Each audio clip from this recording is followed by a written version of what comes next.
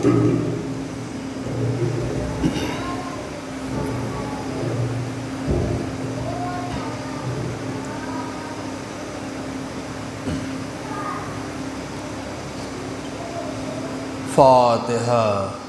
اعوذ باللہ من الشیطان الرجیم، بسم اللہ الرحمن الرحیم، الرحمن الرحیم مالک یوم الدین، ایاک نعبد و ایاک نستعین، اهدنا الصراط المستقیم، صراط الذین انعمت علیہم۔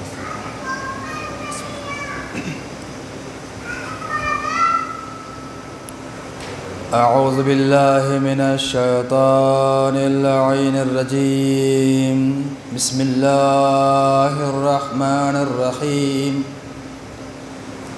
الحمد للہ رب العالمین، والصلاة والسلام علی اشرف الانبیاء والمرسلین، ابی القاسم محمد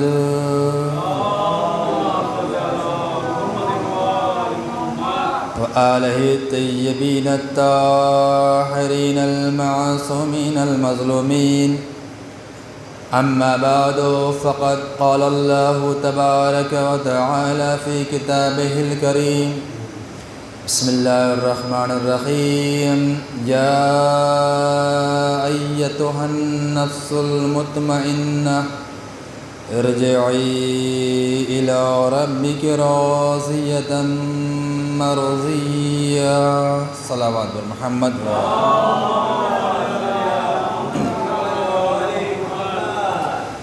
حضرات محترم، معزز مکرم سامعین کرام،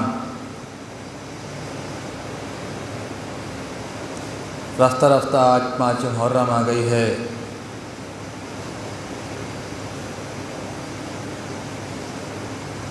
آخری مرحلے پر آپ کے درمیان اپنے بیان سے متعلق چند چیزیں پیش کرنا اور زحمت تمام۔ یقیناً آپ تمام حضرات 29 ذی الحجہ سے مسلسل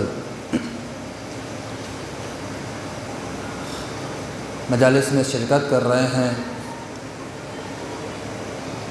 حتی الامکان کوشش کی جا رہی ہے کہ تاریخ کربلا سے آشنائی کرائی جائے،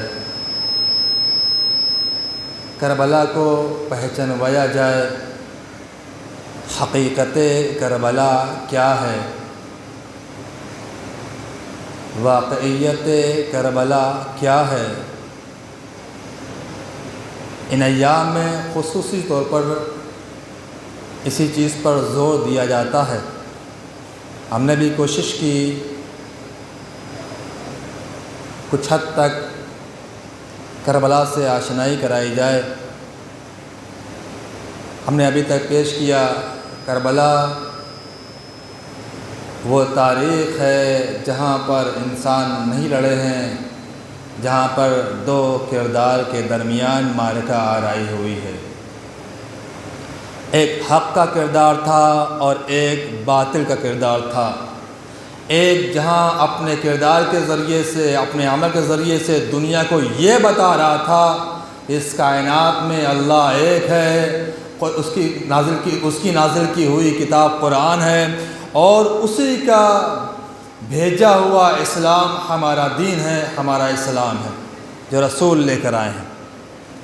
ہمیں اسی کے مطابق زندگی گزارنا ہے۔ اور اسی کے مقابلے میں دوسرا کردار تھا جہاں پر یہ بتایا جا رہا تھا نہ قرآن کوئی شے ہے، نہ نبوت کوئی شے ہے، نہ وحی الہی کوئی شے ہے، یہ تو رسول کے بتائے ہوئے جملے ہیں، اس کے علاوہ اس کی حقیقت کچھ نہیں ہے۔ یعنی ایک طرف اللہ کی وحدانیت کا اعلان ہو رہا تھا اور دوسری طرف اللہ کی وحدانیت کی مخالفت کی جا رہی تھی۔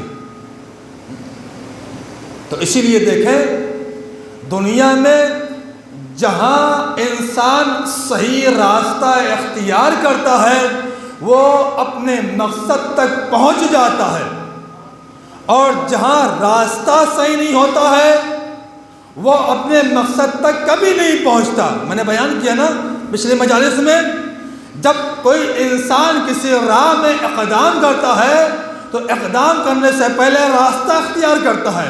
اب جیسا راستہ ہوتا ہے ویسے ہی راستہ طے ہوتا ہے۔ اب راستہ صحیح ہے تو وہ کامیاب ہوتا ہے، راستہ صحیح نہیں ہے تو وہ منزل تک نہیں پہنچتا ہے۔ عزیزان محترم، حسین نے بھی ایسا ہی راستہ اختیار کیا جو رسول کا راستہ تھا، جو اللہ نے بتایا تھا، جو قرآن کے ذریعے سے وجود میں آیا تھا۔ ایسا راستہ اختیار کر کے اپنے آپ کو خدا کی بارگاہ میں قربان کر کے دنیا کو بتا دیا ہم قربان ہو جائیں گے لیکن اللہ کے دین کو مٹنے نہیں دیں گے۔ السلام علی محمد پر۔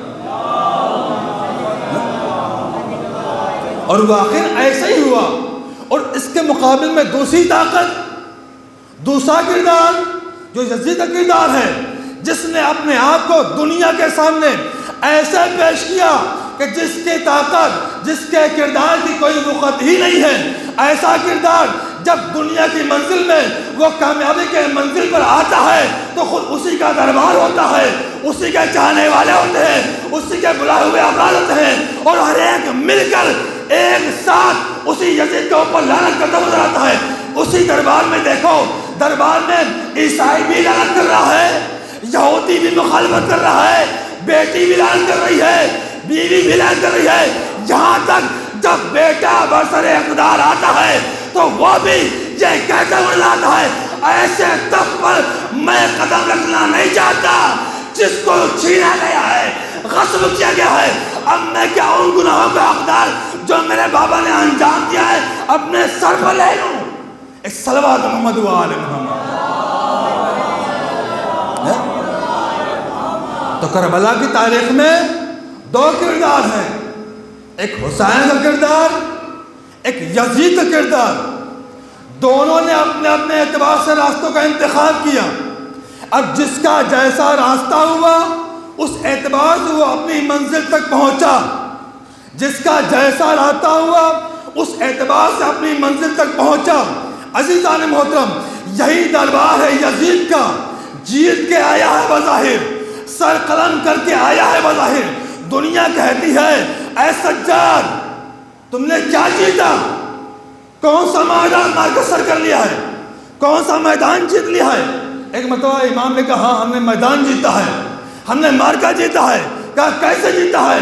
کہا دیکھو ابھی وقت اذان آئے گا، وقت اذان آئے گا، مؤذن کھڑا ہوگا، اذان کہے گا، جب رسول کا نام آ جائے گا تب دیکھنا یہ رسول کون ہے، ان کے جد ہے یا میرے جد ہے۔ اگر میرے جد کا نام آ گیا تو سوچو میں نے میدان کامیاب کر لیا۔ السلام علیہ محمد پر۔ تو عزیزو، جب کوئی میدان سر کیا جاتا ہے، کامیاب کیا جاتا ہے تو اس کے بھی کچھ اسباب ہوتے ہیں، کچھ پہلو ہوتے ہیں۔ میں نے بیان کیا تھا کچھ اسباب ہوتے ہیں، کچھ پہلو ہوتے ہیں۔ ان سب کو مد نظر اگر انسان رکھے، اپنی منزل کی جانب چلے، اگر مقصد صحیح ہے تو وہ کامیاب، راستہ صحیح ہے تو وہ کامیاب، مقصد غلط ہے تو وہ ناکام، راستہ غلط ہے تو وہ ناکام۔ اب کربلا کی تاریخ انہی دو چیزوں پر منحصر ہے، ایک صحیح کردار ہے، ایک غلط کردار ہے، ایک حق کا کردار ہے اور ایک باطل کا کردار ہے، اور دونوں کردار اس طریقے سے نکلے ہیں کہ ہم بھی کامیاب ہیں، یہ کہہ رہے ہیں ہم بھی کامیاب ہیں۔ لیکن اگر تاریخ کے آئینے سے دیکھیں تو جو حق کا کردار تھا وہ کامیاب ہوتا ہوا نظر آیا، جو باطل کردار تھا وہ مٹتا ہوا نظر آیا۔ اگر کامیاب نہ ہوتا تو آج یہ نشانات مٹ جاتے جو موجود ہیں۔ نشانات کا باقی رہنا اس بات کی دلیل ہے کہ اللہ نے کہا تھا جو راہ حق پر چلے گا کامیاب ہوگا، بھلے ہی اس کا نام جو کامیاب ہوگا اس کے نشانات باقی رہ جائیں گے۔ جس کا راستہ غلط ہوگا بظاہر وہ کہے گا ہم کامیاب ہو گئے ہیں، اگر دنیا میں اس کا نام بھی باقی رہ جائے تو اس کے نشانات ملنے والے نہیں ہیں۔ اس صلوات محمد پر۔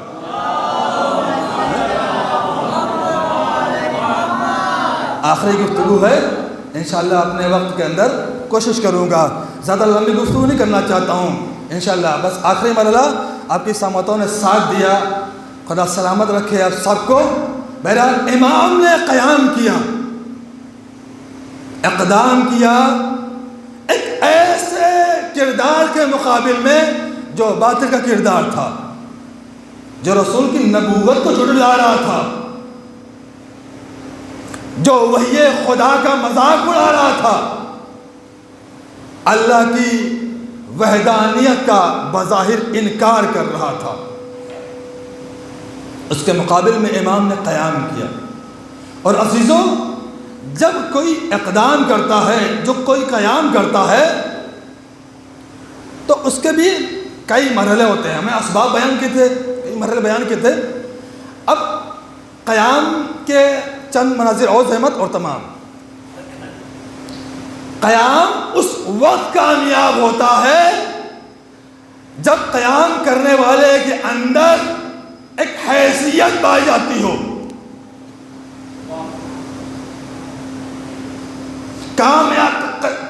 اقدام قیام کامیاب اس وقت ہوتا ہے جب قیام کرنے والا اہمیت رکھتا ہو۔ قیام کرنے والے کا قیام اس وقت کامیاب ہوتا ہے جو وہ اثر رکھتا ہو، پختہ ایمان رکھتا ہو۔ اور آخری مرحلہ جو ہوتا ہے وہ یہ ہوتا ہے قیام کے سلسلے میں، جو قیام کرتا ہے تو اس کا نتیجہ دیکھا جاتا ہے۔ آخر قیام کرنے والے کا نتیجہ کیا ہے کہ جس کے ذریعے سے وہ کامیاب ہوا ہے۔ بس سب سے پہلے مرحلے پر یہ دیکھا جاتا ہے قیام کرنے والے کی حیثیت کیا ہے۔ اگر حیثیت کچھ نہیں تو ہمارا قیام کامیاب نہیں ہو سکتا۔ اگر حیثیت کچھ بھی نہیں ہے تو ہمارا قیام کامیاب نہیں ہو سکتا۔ جب حیثیت ہوگی، جیسی حیثیت ہوگی ویسا قیام ہوگا، جیسی حیثیت ہوگی ویسا قیام ہوگا۔ مثال کے طور پر میں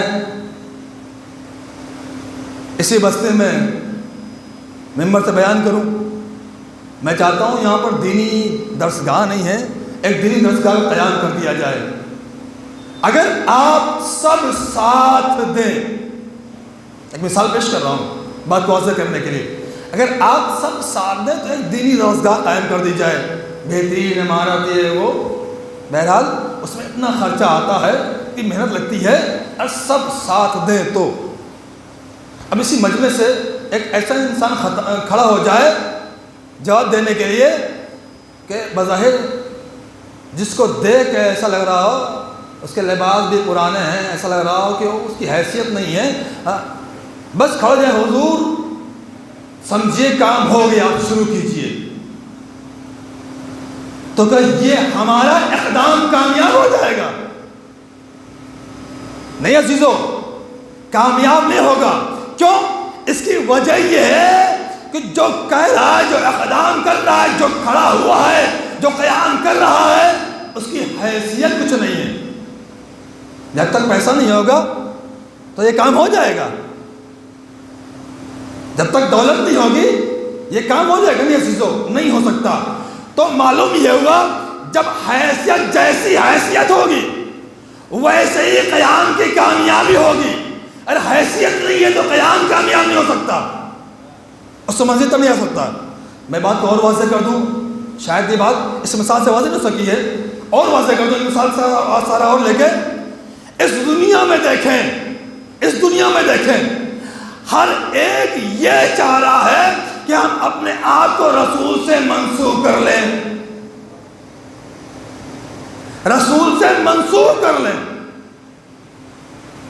تاکہ ہماری نسبت جب رسول سے ہو جائے تو ہم یہاں بھی کامیاب ہو جائیں گے، آخر میں بھی کامیاب ہو جائیں گے۔ کیوں؟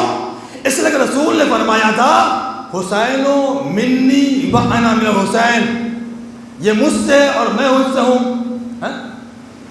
تو یہاں پر رسول نے حسین کے بارے میں یہ کہہ کے ان کی حیثیت کو پہچانوایا۔ اب دنیا بھی چاہ رہی ہے ہم بھی کسی طریقے سے رسول سے منسوب ہو جائے، ہماری نسبت ہو جائے، کچھ نہ ہو، ہماری جو عبادتیں ہیں، ہم جو نمازیں پڑھتے ہیں، عبادتیں کرتے ہیں، قرآن کی تلاوتیں کرتے ہیں، ذکر اعظم کرتے ہیں، ان سب کا ہمارا مقصد یہ ہوتا ہے کہ ہم کسی طریقے سے رسول سے قریب ہو جائیں۔ رسول ہم سے یہ کہہ دے یہ ہمارا جانے والا ہے، یہ ہمارا مسلمان ہے، یہ ہمارا ہے۔ ہر ایک یہی چاہتا ہے کہ رسول یہ کہہ دے ہم یہ میرا ہے، یعنی وہ ہم چاہتے ہیں کہ ہماری نسبت رسول کی طرف ہو جائے تاکہ یہ نسبت دنیا کے بعد آخرت میں ہماری کامیابی کا ذریعہ بن جائے، ہماری کامیابی کا ذریعہ بن جائے۔ عزیزان محترم، اقدام تب کامیاب ہوتا ہے جب حیثیت ہوتی ہے، جیسی حیثیت ہوتی ہے ویسا ہی اقدام ہوتا ہے۔ عزیزان محترم، رسول اللہ صلی اللہ علیہ وسلم نے اپنی زندگی میں اعلان کیا میرا حسین مجھ سے ہے، میں اس سے ہوں، میرا حسین مجھ سے ہے، میں اس سے ہوں۔ حسین کا رسول سے ہونا تو سمجھ میں آتا ہے، لیکن رسول کہے میں اس سے ہوں، اس کا مطلب یہ ہے رسول نے دنیا کے سامنے حسین کو ایک ایسی حیثیت کی شکل میں پیش کیا کہ ایک ایسا بندہ حسین ہے کہ جو اقدام کرے گا تو کبھی پیچھے ہٹنے والا نہیں ہے، کبھی بیٹھنے والا نہیں ہے، جب اقدام کرے گا تو وہ کامیاب ہو جائے گا، رکنے والا نہیں ہے۔ تو پہلا مرحلہ یہ ہوتا ہے حیثیت دیکھی جاتی ہے، جیسی حیثیت ہوتی ہے ویسے ہی اقدام، ویسے ہی قیام کامیاب ہوتا ہے۔ اور دوسرا مرحلہ قیام کے عظمت کے سلسلے میں شخصیت کا مرحلہ ہوتا ہے۔ اگر ہماری کوئی شخصیت نہیں ہے، کچھ وقت نہیں ہے، تو اس کا اثر بھی قیام پر پڑتا ہے۔ اب ایک معمولی سے انسان ہو اور کسی راہ میں نکل پڑے بڑی منزل کو طے کرنے کے لیے، تو کیا ہم کامیاب ہو سکتے ہیں؟ نہیں کامیاب ہو سکتے۔ اس کی وجہ یہ ہے کہ ہماری کوئی شخصیت نہیں ہے، ہماری کوئی پہچان نہیں ہے۔ رسول اللہ صلی اللہ علیہ وسلم نے بھی اپنے زمانے میں اپنے آپ کو پہلے شخصیت کی منزل میں پیش کیا، دنیا کے سامنے پہچانوا لیا، ہم ایک امانت دار ہیں، تمہارے رسول ہیں، اللہ کی طرف سے بھیجے ہوئے نمائندے ہیں۔ جب اپنی شخصیت کو پہچانوا لیا تو اس کے بعد قیام کیا۔ جب شخصیت پہچان لی گئی تب رسول اپنی منزل میں کامیاب ہوئے ہیں۔ اسی نقشے قدم پر میرا حسین بھی چل رہا ہے۔ جب شخصیت مقبول ہو جائے گی تب ہمارا قیام کامیاب ہو جائے گا۔ جیسی شخصیت ویسے ہی قیام کی کامیابی، جیسی شخصیت ویسے ہی قیام کی کامیابی ہوتی ہے۔ اور تیسرا مرحلہ ہوتا ہے قیام کرنے والے کی اہمیت خود اس قیام میں بلندی عطا کرتی ہے۔ ہمارے اگر اہمیت کچھ نہ ہو تو ہم بھی اس میں کوئی وقت پیدا نہیں کر سکتے، وہ قیام ہمارا کامیاب نہیں ہو سکتا ہے، وہ اقدام ہمارا کامیاب نہیں ہو سکتا۔ بہرحال ہمارا موضوع طویل ہو رہا ہے، میں سمجھنا چاہ رہا ہوں، زیادہ لمبی گفتگو نہیں کرنا چاہ رہا ہوں۔ اگر ہماری حیثیت نہیں ہے قیام کی منزل میں تو جیسی حیثیت ہوگی ویسا قیام ہوگا، جیسی اہمیت ہوگی ویسا قیام ہوگا، جیسی شخصیت ہوگی ویسا قیام ہوگا۔ اور چوتھے مرحلے پہ آتا ہے ذہنیت، ہمارا جیسا مزاج ہوگا، ہمارا جیسا کردار ہوگا، ہماری جیسی ذہنیت ہوگی، ہمارا جیسا ایمان ہوگا، ویسے ہی ہمارا قیام کامیاب ہوگا۔ اگر ہمارا ایمان کمزور ہے، اگر ہمارا کردار کمزور ہے، اگر ہمارا ذہن ہمارا ساتھ نہیں دے رہا ہے تو ہم کیا کامیاب ہو جائیں گے؟ نہیں عزیزو۔ کسی کام کے قیام کے لیے سب سے اہم چیز ہے ہمارا کردار، ہماری ذہنیت، ہمارا ایمان۔ تاریخ اسلام میں دیکھیں، اگر حسین نے قیام کیا ہے تو ان کا ایمان ایسا ہے، ان کا کردار ایسا ہے، مدینے سے لے کر کربلا تک دیکھا گیا کہیں پیروں میں لغزش نہیں آئی، یہاں تک کہ جن کو تیار کر لیا ان کے پیروں میں بھی لغزش کے امکانات ختم ہوتے ہوئے نظر آئے۔ یہ ہے حسین کی ذہنیت، حسین کا کردار، حسین کا ایمان۔ اور آخری منزل پر یہ دیکھا جاتا ہے نتیجہ کیسا ہے، اس نتیجے سے پتہ لگا جاتا ہے کہ قیام کی حیثیت کیا ہے، کیسا قیام ہے۔ اب جیسا نتیجہ ہوگا ویسا قیام ہوگا۔ تو جو فرمایا ذرا محترم، اب جیسی ہماری حیثیت، جیسی اہمیت، جیسا کردار، جیسی ذہنیت، جیسا ایمان، ویسے ہی ہمارا اقدام، ویسے ہی ہمارا قیام کی کامیابی۔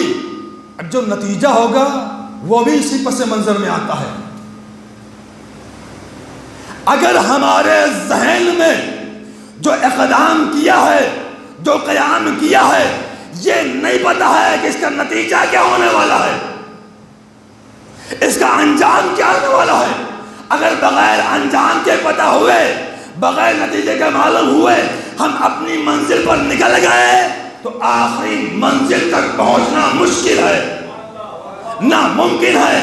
عزیزان محترم، امام نے جو قیام کیا تھا، امام نے جو قیام کیا تھا، اپنے نانا اور اپنے بابا کی سیرت پر عمل کرتے ہوئے جیسے انہوں نے قیام کیا ویسے انہوں نے قیام کیا، اور نتیجہ آخری منزل ذہن میں رکھا، ہم سب کچھ قربان کر دیں گے، ہم کامیاب ہو جائیں گے۔ بظاہر دنیا میں اپنے آپ کو کامیاب کہنے والا تخت پا جائے گا، تاج پا جائے گا، حکومت پا جائے گا، دولت پا جائے گا، لیکن وہ کامیاب نہیں ہوگا، اس لیے کہ اس کی نظر میں انجام نہیں ہے۔ ہمارے نظر میں انجام ہے، دنیا میں اسلام بچائیں گے، آخرت بھی بچائیں گے، دنیا بھی بچا لے جائیں گے۔ السلام علیہ محمد پر۔ تو ہماری نظر میں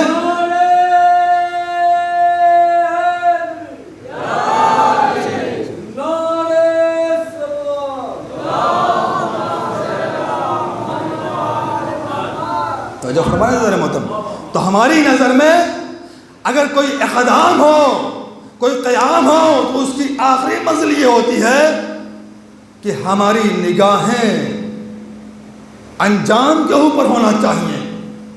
اس کا انجام کیسا ہے، اس کا نتیجہ کیسا ہے، اور جن کی نظریں انجام کے اوپر ہوتی ہیں وہ یقیناً کامیاب ہوتے ہیں، جن کی نگاہیں نتیجے پر ہوتی ہیں وہ یقیناً کامیاب ہوتے ہوئے نظر آتے ہیں۔ یہ نبیوں کا دور تھا، ائمہ کا دور تھا، ان کی یقیناً نگاہیں انجام پر ہوتی تھی، ان کی یقیناً نگاہیں آخری مرحلے پر ہوتی تھی، اسی لیے وہ کامیاب ہوتے تھے، ان کا قیام مضبوط قیام ہوتا تھا، ان کا اقدام مضبوط اقدام ہوتا تھا۔ لیکن اگر موجودہ دور میں دیکھا جائے تو ایسے ایسے مرحلے آپ کو ملیں گے جس مرحلے میں انہی شخصیت کو، انہی بزرگ ہستیوں کو مد نظر رکھتے ہوئے اقدام کیا گیا، قیام کیا گیا اور نتیجہ سامنے رکھا گیا۔ جب یہ منزلیں رکھی گئی تو وہ کامیاب ہوتے ہوئے نظر آئے۔ معصومین کے اقوال کی کیا بیان کروں؟ بہرحال یہ مرحلہ ضرور ہے جہاں پر معصومین کے اقوال بیان کیے جائیں۔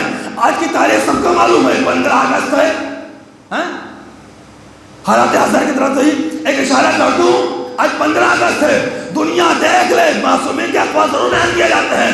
یعنی اس موقع پر میں اس دنیا سے، اس کائنات میں سے، اس ہندوستان کی تاریخ سے بھی ایک ایسی شخصیت کی طرف اشارہ کراتا ہوں جس کی نظر میں قیام سے پہلے ان بزرگ ہستیوں کا تصور ذہن میں تھا، ان کی منزل ذہن میں تھی، ان کی سیرت میں ذہن میں تھی، اور انجام بھی پتا تھا، اسی لیے انہی کا سہارا لیا، آواز دی، ہم 72 ساتھی لے کے نکلے ہیں، کامیاب ہوتے نظر آئیں گے۔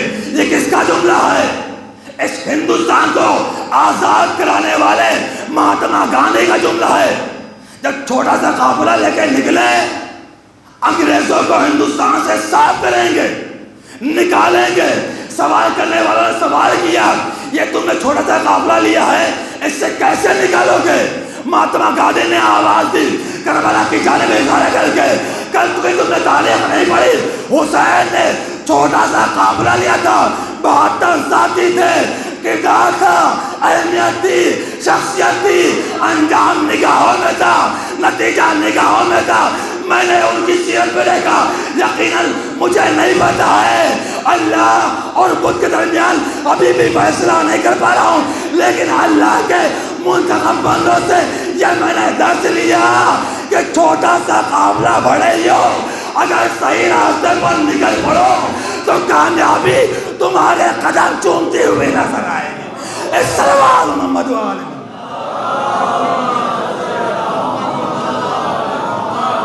اور جزر محترم، وہ حسین کی تاریخ تھی، وہ رسول کا زمانہ تھا، وہ علی کا زمانہ تھا، یہ تاریخ کربلا تھی جہاں ایسی سیرت اپنائی گئی، دین کا راستہ، اسلام کا راستہ، صحیح کردار، صحیح ایمان، تو یقیناً وہ ہر مرحلے پر کامیاب ہوتے نظر آئے، ہر مرحلے پر کامیاب ہوتے ہوئے نظر آئے، چاہے وہ رسول کا زمانہ ہو یا علی کا زمانہ ہو یا حسین کو زمانہ ہو۔ میں نے پچھلے مجالس میں تذکرے کیے تھے، اشارہ کر کے بات کو تمام کرتا ہوں۔ اگر نبی کے زمانے کو دیکھا تو وہاں پر بھی کامیابی کی منزل میں طرح طرح کی باتیں پیش ہوئی۔ جب اقدام کیا تو ایسے ایسے مرحلے پیش آئے کہ انہی کے چاہنے والے افراد کبھی جادوگر کہہ رہے ہیں، کبھی مجنون کہہ رہے ہیں۔ اب چونکہ اس قیام اور اقدام کا نتیجہ، اس کا اثر انجام رسول کے ذہن میں تھا، سب کچھ برداشت کر لیا، وہ مرحلہ بھی آ گیا۔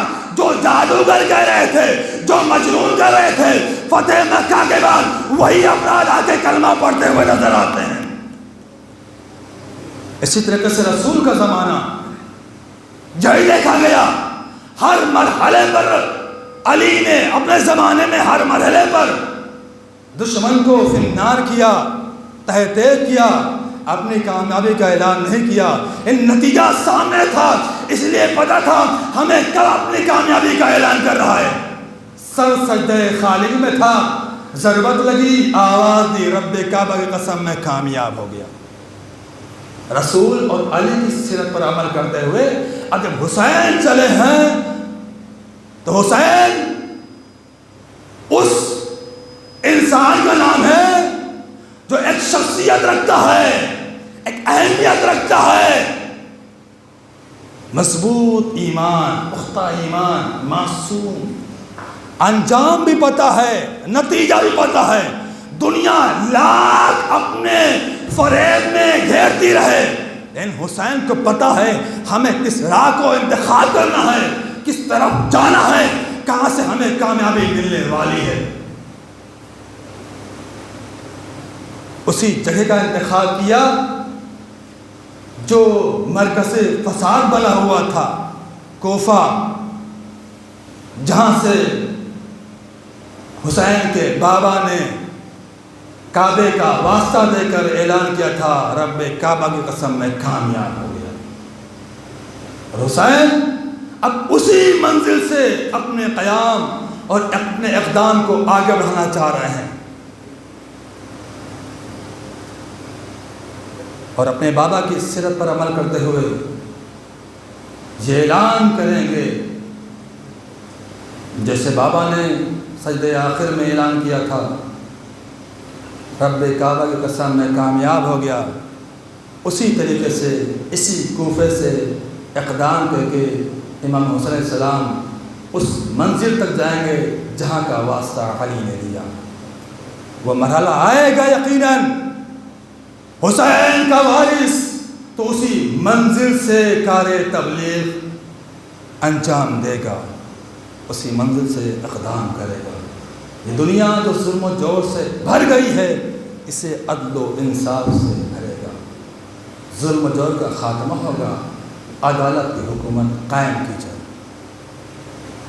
مسجدوں میں میں تمام کر رہا ہوں، آخری گفتگو تھی، آج سب کی دعاؤں نے ساتھ دیا۔ ایک طالب علم کی حیثیت سے میں نے کچھ کلمات، کچھ پیغامات آپ تک پہنچائے ہیں، خدا قبول کر لے، بس یہی کامیابی کا ذریعہ ہے۔ ہم سب کو خدا قبول کر لے، ہم سب کی آزادی قبول کر لے۔ امام جب ہزاروں خط کوفے کی جانب سے امام کی طرف آئے ہیں تو امام مجبور ہو گئے جانے کے لیے، اور تاریخ میں تو بغیر تعداد تو ملتی ہے لیکن خطوط نہیں ملتے ہیں۔ تاریخ کا مشاہدہ کریں گے تو آپ کو نظر آئے گا، 12,000 خط آئے، مولا آپ آ جائیے، ہم آپ کے انتظار میں ہیں۔ بہترین منظر ہے، 12,000 خطوط۔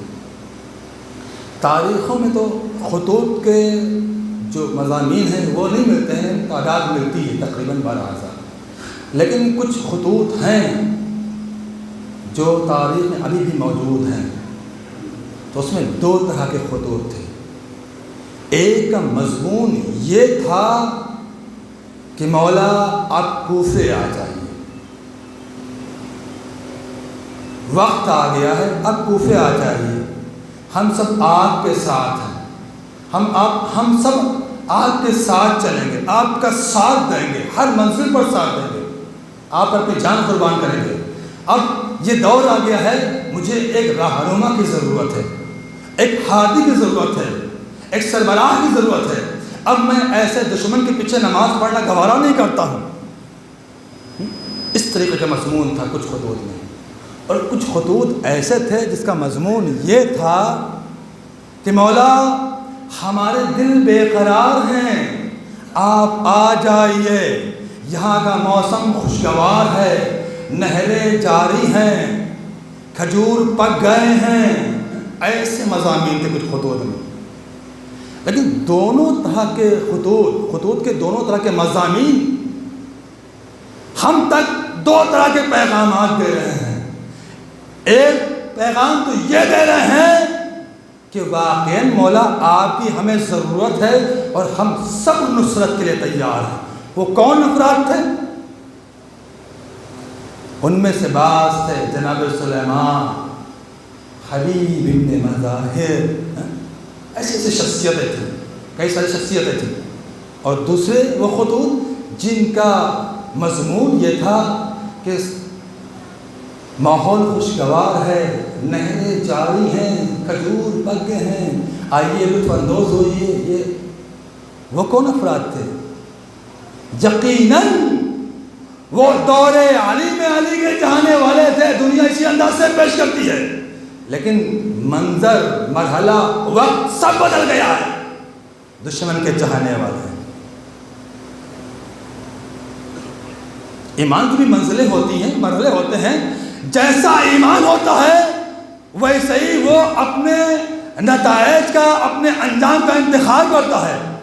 جو یہ شخصیتیں تھیں جو راہبہ ڈھونڈ رہی تھی، ان کا ایمان مضبوط تھا، ان کا ایمان پختہ تھا، تو اپنا راہبہ ڈھونڈ رہی تھی۔ یقیناً اتنے خطوط آئے تو امام بھی تیار ہوئے اور آئے، اور اسی کوفے سے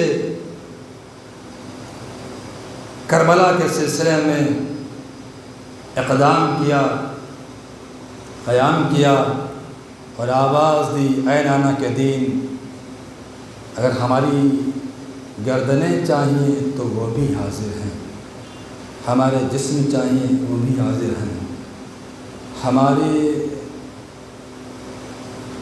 گھروں کی عورتوں کی چادریں چاہیے تو وہ بھی حاضر ہیں،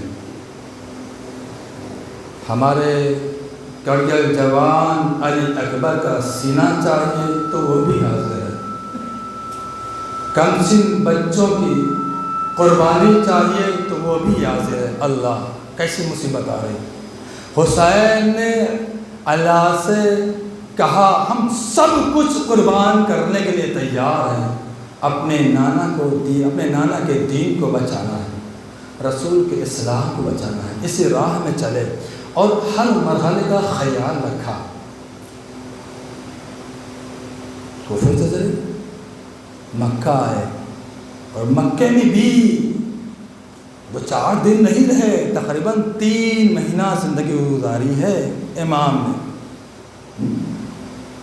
شعبان کے مہینے میں تقریباً شاید 5 تاریخ کو مکہ پہنچے امام قافلے کے ساتھ، اور ذی الحج تک، ایام حج تک امام علیہ السلام اپنے چاہنے والوں کے ساتھ اسی مکے میں رہے۔ ایک بہترین جگہ تھی، امام چاہتے تو وہیں پر انقلاب برپا کرتے۔ عزیزو نہیں، امام کو انجام پتہ ہے ہمیں کہاں جانا ہے۔ یہ زمین حرم خدا ہے، اس کی عزت کا خیال ہے۔ دشمن لاکھ اصل ہے چھپا کر آئے ہوں، یعنی امام کو پتہ ہے یہ حرم خدا ہے، اس کی حرمت کا خیال ہے۔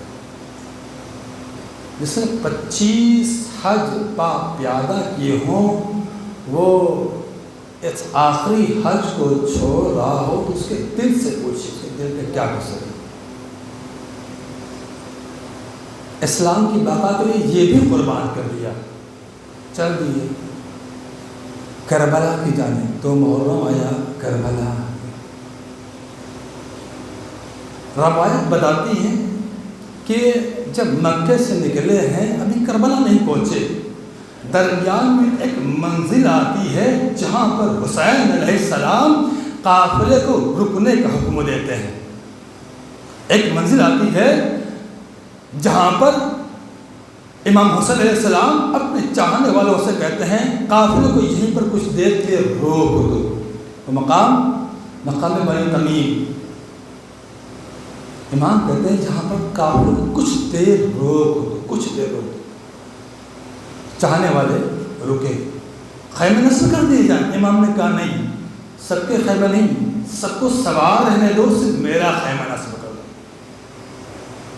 مسائل سنتے رہتے ہیں، بس چند الفاظ اور ذہن تمام، سب کو سوار رہنے دو، بیویوں کو بھی نہیں اتارنا ہے، کسی کو نہیں اتارنا ہے، سب سوار رہنے دو، صرف میرا خیمہ لگا دو، میرا خیمہ لگا دو۔ امام کو سب پتہ ہے کیوں خیمہ لگا دو، خیمہ لگا دیا گیا۔ علی اکبر و عباس چاہنے والوں نے خیمہ لگایا، امام خیمے میں ٹھہرے، کچھ دیر ٹھہرے، اور اس کے بعد آواز دی، اے عباس و علی اکبر، دیکھو میرا مہمان آ رہا ہے، اس کا استقبال کرو۔ میرا مہمان آ رہا ہے، اس کا استقبال کرو۔ تاریخ کے جملے ملتے ہیں، مہمان کون تھا؟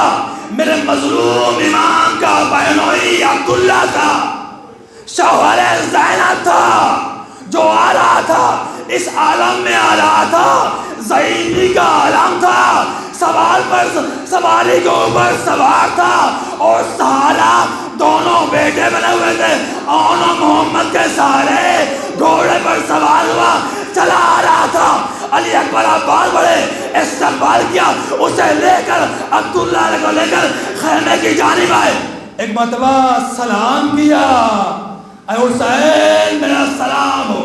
حسین نے جواب دیا، اور جواب دینے کے بعد ایک مرتبہ عبداللہ نے کہا اے میرے سید و سردار، اے میرے امام، میں چاہتا ہوں ایک مرتبہ اپنی بیوی سے، اپنی جوزہ سے ملاقات کر لوں، اپنی بیوی سے ملاقات کر لوں۔ ایک مرتبہ امام نے کہا وہ تیری بیوی زینب ہے، جہاں ملاقات کر لو، میں نہیں رو سکتا، یقیناً امام وقت ہوں، ایک تمہاری بیوی ہے۔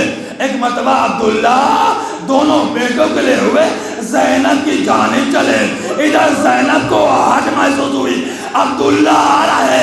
ایک مرتبہ دل میں خیال آیا میرا شوہر ہے، کہیں یہ نہ کہہ دے زینب واپس چلو، اگر بہن کو بھائی سے جدا کیا گیا تو بہن جائے گی تو لیکن زندہ نہیں جائے گی۔ اللہ اللہ، ایک مرتبہ عبداللہ ہے، ناقے کے اوپر ہاتھ رکھا، ہاتھ رکھنا تھا، اس سے پہلے سلام کیا، جواب ملا، اس سے پہلے کچھ کہتے، ایک مرتبہ زینب نے آواز دی، اے عبداللہ تو آیا ہے سب کچھ کہنا، مجھے میرے بھائی سے الگ نہ کرنا، اگر مجھے الگ کیا یقیناً زینب تیرے ساتھ جائے گی لیکن زندہ نہیں جائے گی۔ میں کہوں گا اے زینب ابھی حسین موجود ہے، بیٹے موجود ہے، جو چاہے کہہ لیجئے، ارے روز عاشور عصر عاشور یہی بھائی حسین ہوگا جب تیرے خیمہ بنائے گا۔ اے زینب حسین کا آخری سلام لو، تمہارے دل پر کیا گزرے گی؟ اللہ اللہ، ہمارے آنسوں کو تمہارے سیدہ میں جگہ نہ فرمائے، خدایا ہمیں توفیق دے ہم آواز کے ساتھ گریہ کر سکیں۔ یہ گریہ کے دن ہے، یہ آنسو بہانے کے دن ہے، یہ گریہ کے دن ہے، یہ آنسو بہانے کے دن ہے، رونے کے دن ہے۔ جی کھول کے روئیے، دل کھول کے روئیے، رونے نے اپنے آپ کو آزاد کر دیے۔ اللہ عبداللہ اے زینب کے بعد زینب نے آواز دی اور اس کے بعد جواب نے عبداللہ نے کیا کہا؟ عبداللہ نے کہا میں تمہیں لینے کے لیے نہیں آیا ہوں، میں تمہیں لینے کے لیے نہیں آیا ہوں بلکہ اپنے شہزادوں کو لے کے آیا ہوں۔ جب مدینے سے چلا تھا یہ قافلہ تو اس قافلے میں شہید ہونے والوں میں ان شہزادوں کا نام بھی تھا، لیکن عبداللہ بیمار تھے، حسین چھوڑ کے آئے تھے اور عبداللہ لے کر آئے۔ کربلا سے پہلے ملاقات کی، زینب میں محمد اور آن کو لے کر آیا ہوں کربلا کے میدان میں، جب میرا مولا نرغے آدھا میں گر جائے قربان ہونے لگے تو ایسی منزل پر ان دونوں شہزادوں کو حسین پر قربان کر دینا، محمد کو میری طرف سے صدقہ کر دینا اور کو اپنی طرف سے صدقہ کر دینا۔ لیجیے آ گئی کربلا، شب عاشور ہے نا، شب عاشور جب حسین نے خیموں کا مشاہدہ کرنا شروع کیا تو ایک خیمے میں دیکھا یہی زینب ہے، اپنے بچوں کو سامنے بٹھائے ہوئے بتا رہی ہے کل عاشور کا دن ہے، کل جنگ کا دن ہے، ہر ایک اپنے آپ کو حسین کے اوپر قربان کرے گا۔ اے میرے بچوں ایسا نہ ہو علی اکبر پہلے قربان ہو جائے، ایسا نہ ہو عباس پہلے قربان ہو جائے، ایسا نہ ہو قاسم پہلے قربان ہو جائے، ایسا نہ ہو اصغر پہلے قربان ہو جائے۔ اے میرے بچوں ان سے پہلے قربان ہونا ہے۔ اور دیکھو جب جنگ کرتے کرتے نہر فرات کے طرف جانا تو یاد رکھنا پانی مل جائے گا، قبضہ کر لو گے ان پانی نہ پینا، کیوں؟ اس لیے کہ خیمے میں اصغر پیاسا ہے، 6 ماہ کا اصغر۔ اللہ وہ منزل بھی آ گئی، وہ موقع بھی آ گیا، عاشور کا دن ہے اور یہی بچے ہیں شہزادی لے کے آسوئی آقا اجازت دیجیے مانیں گے۔ اسرار پہ اسرار ہوا، اجازت ملی، ایک مرتبہ خیمے سے 2 امامے لائے گئے، سامنے رکھ دیے گئے۔ اے حسین ایک امامہ حیدر کرار کا ہے، ایک امامہ جعفر طیار کا ہے، ایک امامہ نانا کا ہے، ایک امامہ دادا کا ہے۔ یہ حیدر کرار کے لباس ہے، جعفر طیار کے کوٹ ہے۔ اے حسین اپنے ہاتھوں سے امامہ پہنا دو، انہیں سجا دو۔ حسین نے امامہ پہنایا، آخری دیدار کرایا۔ روایت آتی ہے اب اس کے بعد جب میدان میں گئے ہیں تو واقعاً جیسا زینب نے کہا تھا ویسے ہی جنگ کیا۔ جنگ کرتے کرتے وہ منزل آئی جب ایک ساتھ ہوئے، ارے کسی نے ایک ایسا حملہ کیا سر زخمی ہو گیا۔ اب 2 میں سے ایک زخمی ہے، ایک زخمی ہے، روح نکل گئی اور دوسرے کے اندر ابھی رمق حیات موجود ہے۔ ایک مرتبہ آواز دی بابا، ایک مرتبہ آواز دی بابو جان، ہم قتل کیا جا رہا ہے، بھائی باہر آ گیا، اب زمین میں آ رہا ہے، مدد کے لیے آئیے۔ یاد بتاتی ہے امام آئے، بچوں کو لیا اور لینے کے بعد جب خیمے میں آئے تو زینب نے گریہ نہیں کیا بلکہ آواز دی، میں اس پہ گریہ نہیں کروں گی، میرا اکبر ہے اس پہ رہوں گی، میرا اصغر ہے اس پہ رہوں گی۔ بس عزیزوں آخری جملہ کہنا چاہتا ہوں اور بس صاحب تمام، اس کے علاوہ صاحب نہیں ہے، بس آخری جملہ قاسم، آخری جملہ محمد اور شہید کر دیے گئے۔ یہ کربلا کا منظر، اور اس کے بعد جب یہ قافلہ چلا ہے شام اور کوفہ کے مراحل طے کرتا ہوا، جب پھر جہنم میں یہ قافلہ واپس آیا ہے تو یہاں پر بھی زینب اونا محمد کو نہیں رو رہی ہے، اونا محمد کو نہیں رو رہی ہے، یہ منزل بھی طے کر لی۔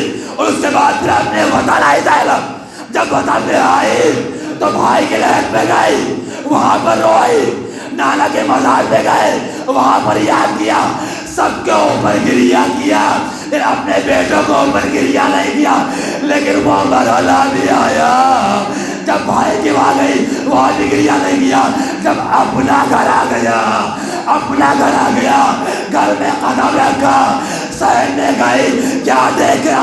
دو مصلے ہیں جو سامنے رکھے ہوئے، روایت آتی ہے زینب نے ایک مرتبہ دونوں مصلے اٹھائے، آخر معاہدہ ایک مرتبہ سینے سے لگایا، آواز محمد